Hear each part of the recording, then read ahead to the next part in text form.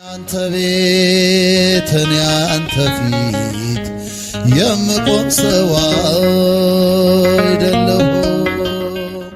ሊቀ መላኩ ቅዱስ ሚካኤል።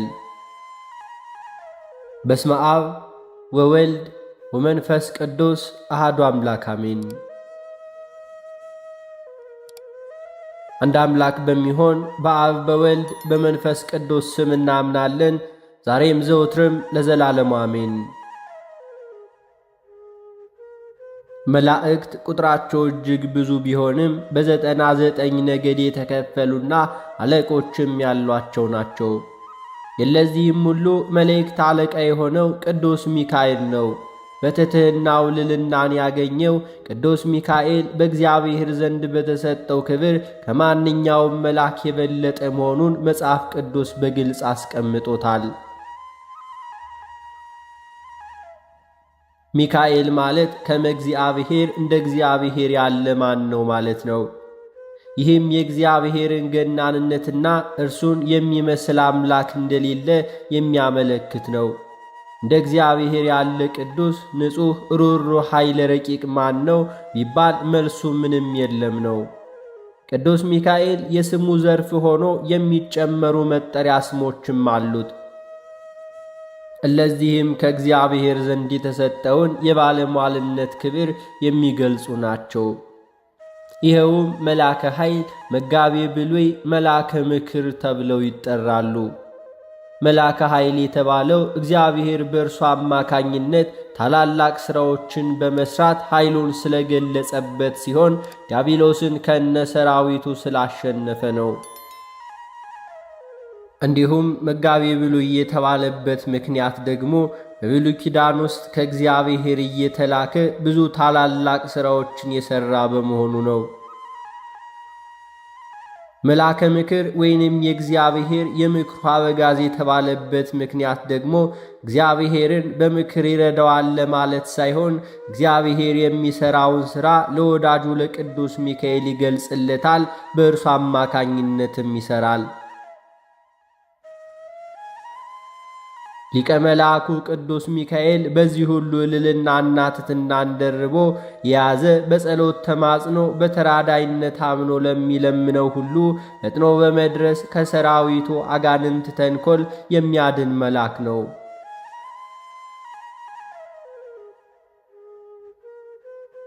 ወደ ቅዱስ መጽሐፍ ስንገባ ለቅዱስ ሚካኤል የተሰጠውን ክብርና ባለሟልነት እንዲሁም የሠራቸውን ሥራዎች እንመለከታለን።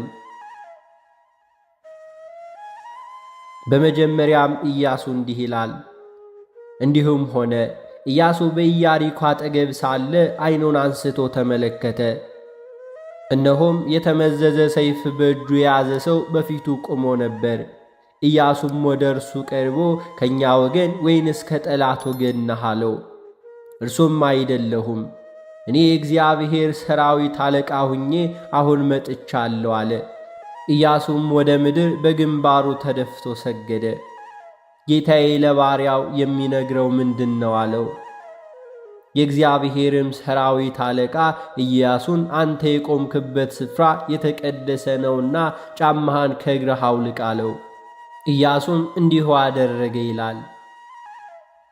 እንዲሁም እግዚአብሔር ራሱ ለኢያሱ በሕይወትህ ዕድሜ ሁሉ ማንም ሁሉ አይቋቋምህም፣ ከሙሴ ጋር እንደሆነው እንዲሁም ካንተ ጋር እሆናለሁ፣ አልጥልህም፣ አልተውህም አለው።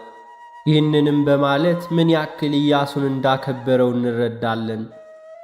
እስራኤላውያንን አሞራውያንን ሁሉ በወጉ ጊዜ ቀኑ ስለመሸባቸው ከመደበኛ የተፈጥሮ ሕግ ውጭ ቀኑ እንደ ጨለማና እንደ መዓልት ሁሉ እንዲረዝም ኢያሱ በጸሎት ፈጣሪውን ስለጠየቀ እግዚአብሔርም ጸሎቱን ሰምቶ ቀኑን አስረዝሞ ከሰማይ ሁሉ በረድ አዝንቦ ጠላቶቻቸውን በማጥፋት የፈጸመውን አስደናቂ ታምር እንዲህ ብሎ ጽፏል።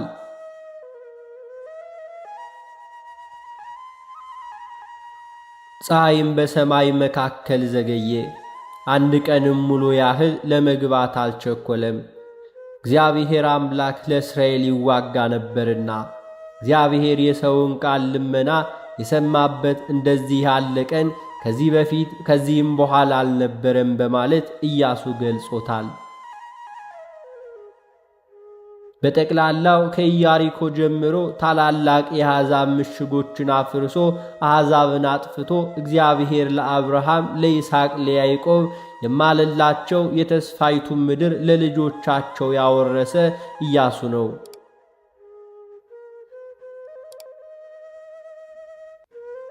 ይህ የእስራኤል መሪ በእጁ የተመዘዘ ሰይፍን ይዞ የተገለጸለት ቅዱስ ሚካኤል መሆኑን አላወቀም። ከቃሉ እንደምንረዳው ከእርሱ ወገን ወይንም ከጠላቶች ወገን የሆነ አንድ ወታደር መስሎት ነበር። መልአኩም በሰው አምሳል ስለተገለጸለት እርሱን አላወቀውም ነበር።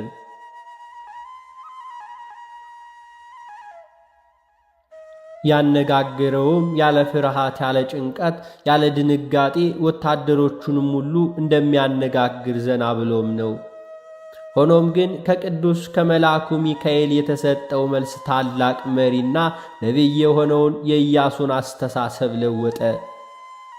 ይኸውም ከወገኖች ወይንም ከጠላቶች አይደለሁም፣ እኔ አሁን መጥቻለሁ የሚለውን ቃል ሲሰማ ኢያሱ በፊቱ የቆመ ተራ ወታደር ሳይሆን የመላእክት አለቃ ከሙሴ ሳይለይ የእስራኤልን ሕዝብ የሚጠብቅ የእግዚአብሔር መልአክ ቅዱስ ሚካኤል መሆኑን ሲረዳ ለመልአኩ ለቅዱስ ሚካኤል ክብርን መስጠት ስለሚገባ የአክብሮት ስግደት ሰገደለት።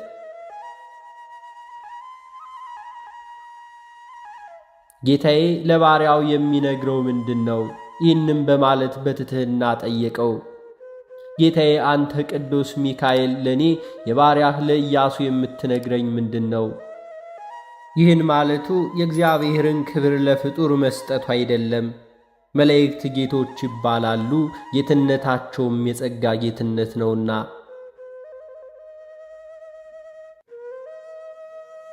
ኢያሱ መልአኩን ጌታዬ ብሎ ከጠራውማ እኛ ኃጢአተኞች ጌታዬ ቅዱስ ሚካኤል ለኛ ለባሪያ ጸልይልኝ መታድነኝ በማለት የአክብሮት የጸጋ ስግደት በመስገድ ብንለምነው ከመጽሐፍ ቅዱስ ትምህርት ውጭ አልወጣንም። የፈጣሪን ክብር ለፍጡር አንሰጥም። ተሳስታችኋል የሚል ሰው ቢኖር እኛ አብነት ያደረግነው የእግዚአብሔርን ወዳጅ ኢያሱን ስለሆነ ኢያሱም ተሳስታል አይባልም። መልአኩም ኢያሱ ያቀረበለትን የአክብሮት ስግደትና ጥያቄ ይህም በመቀበል ከእግዚአብሔር የተሰጠውን መልእክት ሁሉ ነገረው። ኢያሱም ትእዛዙን ፈጸመ።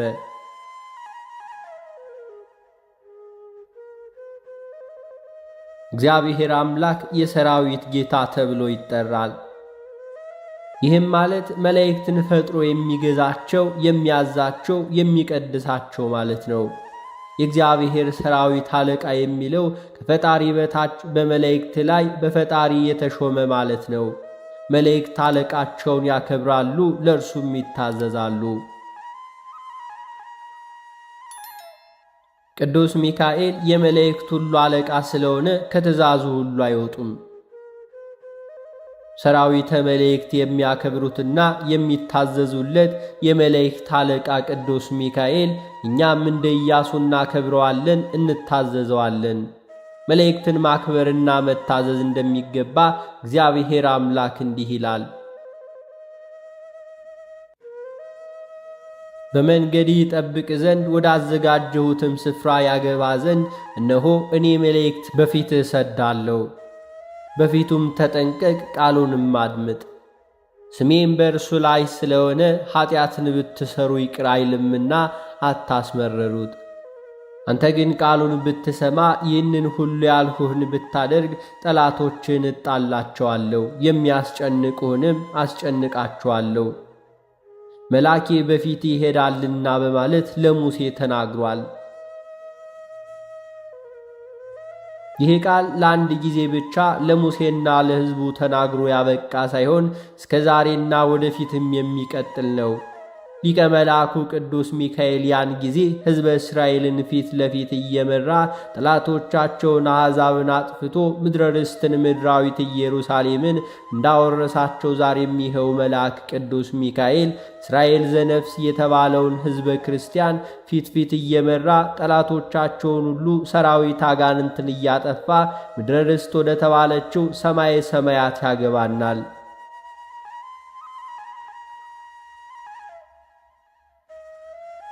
የእስራኤል ሕዝብ ታሪክ ለአዲስ ኪዳን ሕዝብ ምሳሌ ስለሆነ በታሪክነቱ ብቻ ተናግሮ የሚታለፍ አይደለም። ኦሪት ሰም ሲሆን ሐዲስ ኪዳን ደግሞ ወርቅ ነውና። ይህ የእግዚአብሔር ሰራዊት አለቃ ቅዱስ ሚካኤል ሕዝበ እስራኤልን ከግብፅ ባርነት ያወጣው በበረሃ 40 ዓመት እየመራቸው ምድረ ርስትን ያወረሳቸው መሆኑን በሌላ ስፍራ እንዲህ ይለዋል። በእስራኤል ሰራዊት ፊት ይሄድ የነበረው የእግዚአብሔር መልአክ ፈቀቅ ብሎ ወደ ኋላ ሄደ። የደመናውንም አምድ ከፊታቸው ፈቀቅ ብሎ ወደ ኋላቸው ቆመ። በዚህም መሠረት እስራኤልን እየመራ የነበረው የእግዚአብሔር መልአክ ቅዱስ ሚካኤል ነውና።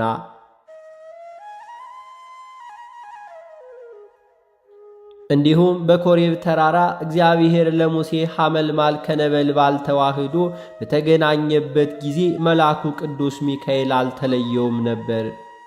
በኦሪት የእግዚአብሔር መልአክ እየተባለ የሚጠራው አብዛኛውን ጊዜ ቅዱስ ሚካኤል እንደሆነ ሊቃውንተ ቤተ ክርስቲያን ያስተምራሉ።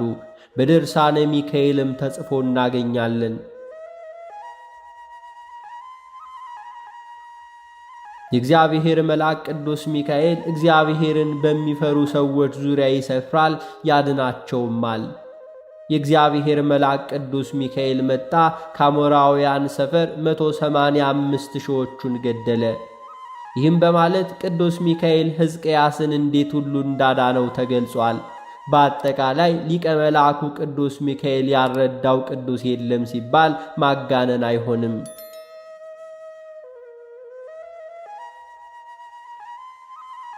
የፋርስ መንግሥት አለቃ ግን 21 ቀን ተቋቋመኝ። እነሆ ከዋነኞቹ አለቃ አንዱ ቅዱስ ሚካኤል ሊረዳኝ መጣ በማለት የቅዱስ ሚካኤልን ተራዳይነት ዳንኤል ገልጿል።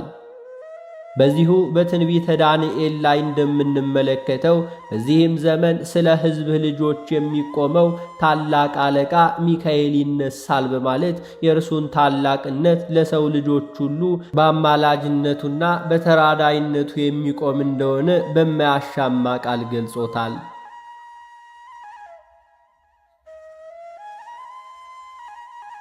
ከዚህም ሌላ ዲያብሎስ ከነ ሰራዊቱ በእግዚአብሔር አምላክ ላይ ባመፀ ጊዜ ከክብሩ ያዋረደው ወደ ምድር የጣለው ቅዱስ ሚካኤል ቅዱሳን መላእክትንም በመብራት ከዲያብሎስና ከሰራዊቱ ጋር ስላደረገው ጦርነትና ስለተቀዳጀው ድል ቅዱስ ዮሐንስ እንዲህ በማለት ገልጾታል።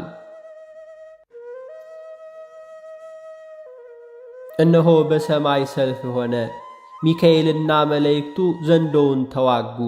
ዘንዶውም ከመላእክት ጋር ተዋጋ፣ አልቻላቸውምም። ከዚያም ወዲህ በሰማይ ስፍራ አልተገኘላቸውም። ዓለሙን ሁሉ የሚያስተው ዲያብሎስና ሰይጣን የሚባለው ነው።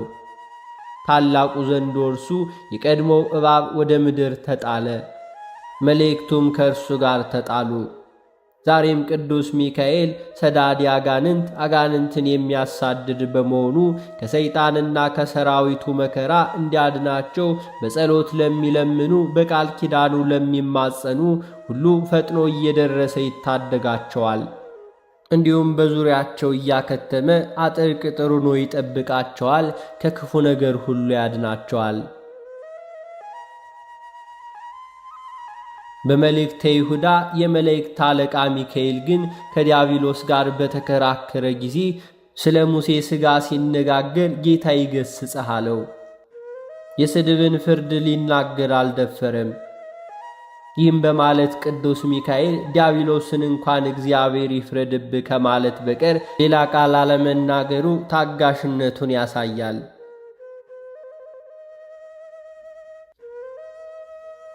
በመጽሐፍ ቅዱስ ውስጥ ቅዱስ ሚካኤል ለማንም ያልተሰጠ እጅግ ታላቅ የሆነ ክብር እንደተሰጠ ተጽፎ እናገኛለን። ይኸውም በዕለተ ምጽአት ጌታችን መድኃኒታችን ኢየሱስ ክርስቶስ ቅዱሳን መላእክትን አስከትሎ በከበበ ትብስት በግርማ መለኮት በሚመጣ ጊዜ ከእግዚአብሔር ዘንድ በሙታን ላይ ሥልጣን የተሰጠ ለዚሁ ለኃያሉ መልአክ ለቅዱስ ሚካኤል ነው። ይህንንም ሐዋርያው ቅዱስ ጳውሎስ በሚገባ ገልጾታል። እነሆ አንድ ምስጢር እነግራችኋለሁ፣ ሁላችን አንቀላፋንም። ነገር ግን የኋለኛው መለከት ሲነፋ ሁላችንም በድንገት በቅጽበት ዓይን እንወጣለን። መለከት ይነፋል፣ ሙታንም የማይበሰብሱ ሆነው ይነሳሉ፣ እኛም እንወጣለን። ከዚሁም ጋር በተጨማሪ ከጌታ ጋር የምላችሁ ይህ ነውና እኛ ሕያዋን ሆነን ጌታ እስኪመጣ ድረስ የምንቀር ያንቀላፉትን ሁሉ አንቀድምም። ጌታ ራሱ በትእዛዝ በመላእክት አለቃ ድምፅ በእግዚአብሔርም መለከት ከሰማይ ይወርዳልና በክርስቶስ አስቀድመው የሞቱ ይነሳሉ። ይህም በማለት በዕለተ ምጽአት ምን ያህል ክብርና ጌትነት እንደሚሰጠው ይገልጽልናል።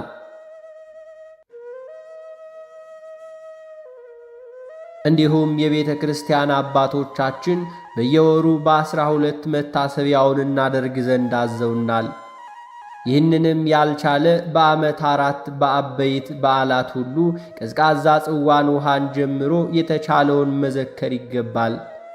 እነዚሁም ኅዳር 12 ቀን፣ ቀጥሎም ሰኔ 12 ቀን፣ ከዚያም ነሐሴ 12 ቀን፣ ታኅሳስ 12 ቀን ናቸው። ከሁሉ የሚበልጠው ታላቁ በዓል ግን ኅዳር 12 ነው።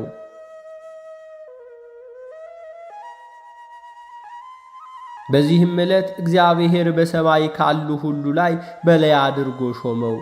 ስለ ትሕትናውና ስለ መታዘዙ ጌታውን ፈጣሪውን የካደውንና የበጎ ሥራውን ሁሉ ጠላት የሆነውን ሰይጣንን ድል ይነሣ ዘንድ ሥልጣን ሰጠው።